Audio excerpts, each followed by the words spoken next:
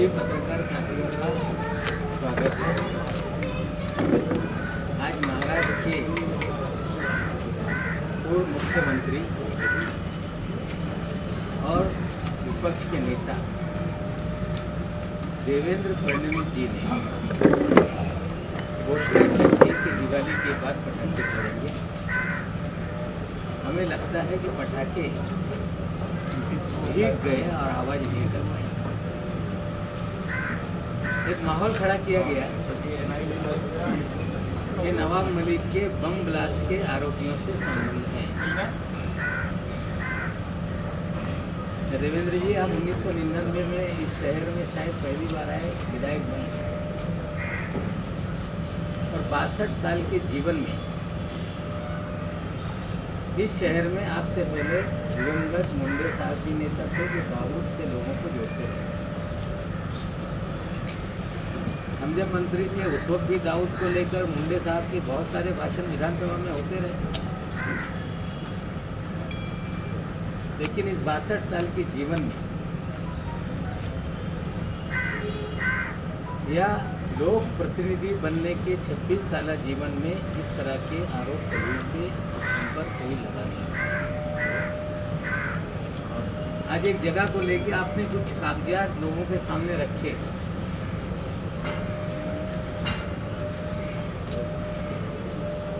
कि 1.5 लाख फुट जमीन के कौड़ी मोल माफिया के जरिए हमने खरीदी। हमें लगता है आपके जो मुखबिर हैं, आपके जानकारी देने वाले, हमें लगता है वो कच्चे खिलाड़ी। आप कहते तो वही सारा कागजात आपको दे देता और भी कागजात आपको उपलब्ध करा देता। बोलो। लेकिन आपने अंडरवर्ल्ड का खेल शुरू किया है। आज तो सारी चीज़ें मैं बोलूँगा नहीं, लेकिन कल सुबह 10 बजे देवेंद्र जी का अंडरवर्ल्ड का क्या खेल है इस महाराष्ट्र में, और देवेंद्र जी ने मुख्यमंत्री रहते हुए किस तरह से अंडरवर्ल्ड के जरिए पूरे शहर को हॉस्टेज बना रखा था, कल सुबह 10 बजे उसकी जानकारी दी। लेकिन आरोप लगाया गया कि हमने 1.5 लाख फुट जमीन खरीद ली कौड़ी मोल में।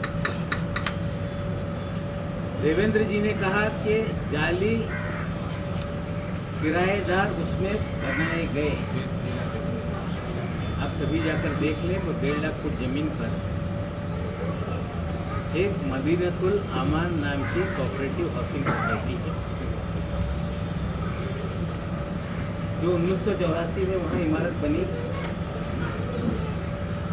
वो वाला कंपाउंड के नाम से जानी जाती है, जिसमें मुनीरा पटेल ने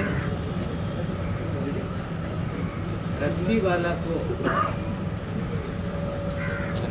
डेवलपमेंट राइट देके वहाँ पे 140 से 150 मकान बनाकर आम लोगों को बेचे। आज भी वो सोसाइटी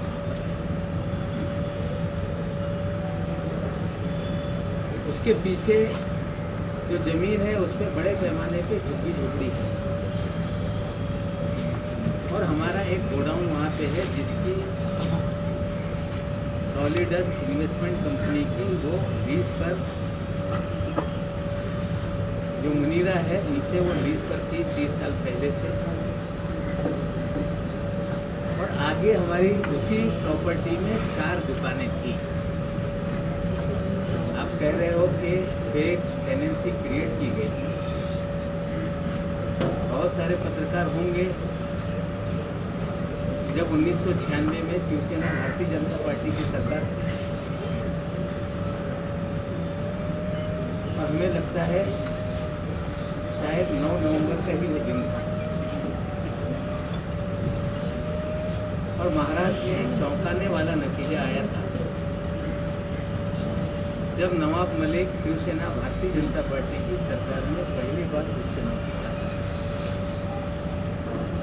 और उस चुनाव का कार्यालय उसी गोवा वाली बिल्डिंग में था। जश्न भी वहीं मनाया गया था।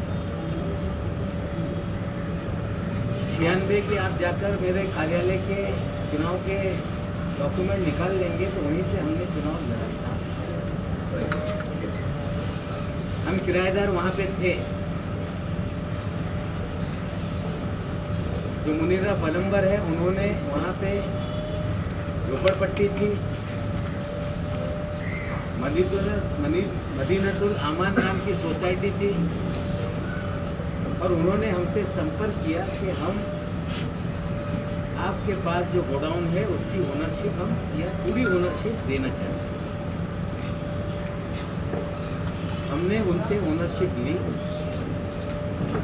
उनका जो पावर ऑफ अटॉर्नी था सलीम पटेल, उससे हमने रजिस्ट्री की। वो सारे कागजात करते हैं। किराएदार के नाते उस समय जो स्टैम्प ड्यूटी थी, जो कीमत थी, हमने अदा की। वो सरकारी दस्तावेज में उपलब्ध है। हमने मालकिन से ली। अगर वो किसी को कहती है कि ये मेरा पावर ऑफ अटॉर्नी है, उससे आप पूरा आपका जो भी व्यवहार है वो पूरा कर लो, तो हमने वो पूरा करने का। देवेंद्र जी ने बढ़ा चढ़ा के बम ब्लास्ट का उल्लेख करने का काम किया। सरदार वली खान का उल्लेख करने का काम किया। शायद देवेंद्र जी को उनके मुखबिर बता नहीं पाए कि उसी गोवाला कंपाउंड में सरदार वली खान का आज भी घर है। पिछले 70 सालों से उसी गोवाला कंपाउंड में सरदार वली खान के जो पिताजी थे, वो गोवा वाला परिवार के एक वॉचमैन की तरह वहाँ पर काम करते थे। और जब हमने संपत्ति गोवा वाला परिवार से ली, तो 300 मीटर पे सरदार वली खान ने अपना नाम चढ़ा लिया था। जब प्रॉपर्टी को हम रजिस्टर करने गए, ये बातें सामने आई और हमने 300 मीटर का पैसा देकर उन्होंने जो अपना राइट क्रिएट किया था, वो उनसे सरेंडर करवाने का काम किया। आज भी वो हमारे घर के पीछे ही, 2 प्रॉपर्टी पीछे वो सारी जगह है,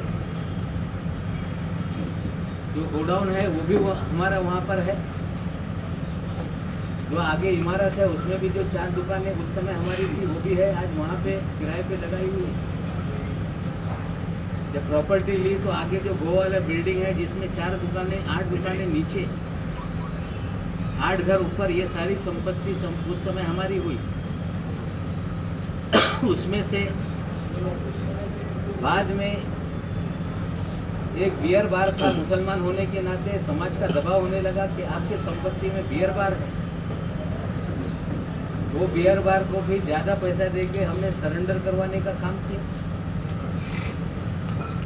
और किसी भी तरह से कोई अंडरवर्ल्ड के दबाव में या किसी बम ब्लास्ट के आरोपी से ये प्रॉपर्टी हमने खरीदी नहीं।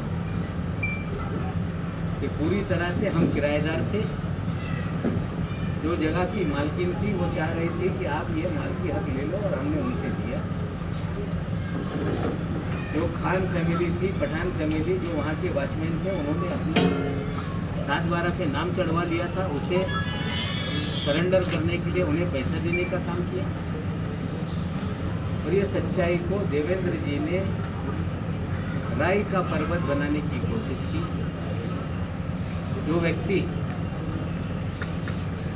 62 साल जीवन में इस शहर में कभी भी आरोप नहीं लग पाया कि किसी अंडरवर्ल्ड से नवाब मलिक के कनेक्शन रहे हैं, रिश्ते हैं। आप कह रहे हैं कि आप जो भी एजेंसी है उसके सामने जाएंगे, जाइए, हम तैयार हैं। हमें लगता है कि झूठ का आडंबर खड़ा कर देने से किसी की प्रतिमा मलिन हो जाएगी। तो हमें लगता है देवेंद्र जी आपकी गलतफहमी है।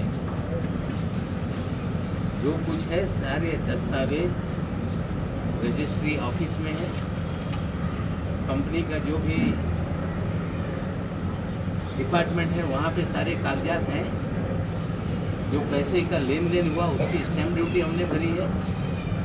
ये कह देना कि 20 रुपया फुट में लिया, हमें लगता है झूठ बोलो तो जरा ढंग से बोलो। हमें लगता है झूठ बोलकर नवाब मलिक जो पिछले 7 साल से आपसे लड़ रहा था, पहली बार आपने इस तरह का आरोप लगाया। सरासर बेबुनियाद है। ना नवाब मलिक के किसी अंडरवर्ल्ड के लोगों से रिश्ते रहे, ना नवाब मलिक ने कभी बमदास के लोगों से कोई संपत्ति खरीदी। हाँ, वॉचमैन ने अपना नाम उस पर चढ़ा लिया था। उस वॉचमैन से नाम निकालने के लिए उन्हें पैसे देने के काम से ये सच्चाई है। यहाँ तक सवाल है देवेंद्र जी, आपने अंडरवर्ल्ड का खेल शुरू किया है, तो आपको आज मैं कह रहा हूँ कि सुबह 10 बजे आप कह रहे थे कि बम फोड़ देंगे। ये बम नहीं है, आपने आटम बम हमला किया। लेकिन नवाब मलिक कल सुबह अंडरवर्ल्ड का हाइड्रोजन बम मुंबई में गिराएगा और देश को बताएगा कि देवेंद्र फडणवीस किस तरह से अंडरवर्ल्ड के जरिए पूरे शहर को हॉस्टेज बनाए हुए थे। किस तरह से एक अंडरवर्ल्ड का सरगना जो विदेश में बैठकर इस शहर से उगाही करता था, वो सरगना किसके लिए काम करता था, वो अधिकारी किसका खास था। और मैं आपको बोलना चाहता हूँ कि आज जो मैंने कहा है वो सारी बातें सामने हैं, लेकिन कल सुबह 10 बजे तक का इंतज़ार कीजिए। बम तो फूटा नहीं, लेकिन हाइड्रोजन बम कल सुबह 10 बजे गिरेगा। सर, त्यांनी असं सांगितलं की शरद पवार यांच्याकडे आम्ही कागदपत्र दाखवणार की त्यांचे मंत्री कसे हो दाखवा। मी कुठल्याही गैरप्रकारे कोणाच्यावर दबाव निर्माण करून कुठलीही संपत्ती घेतलेली नाही। आप देख रहे हैं सक्षम न्यूज इंडिया, सबसे पहले सबसे तेज।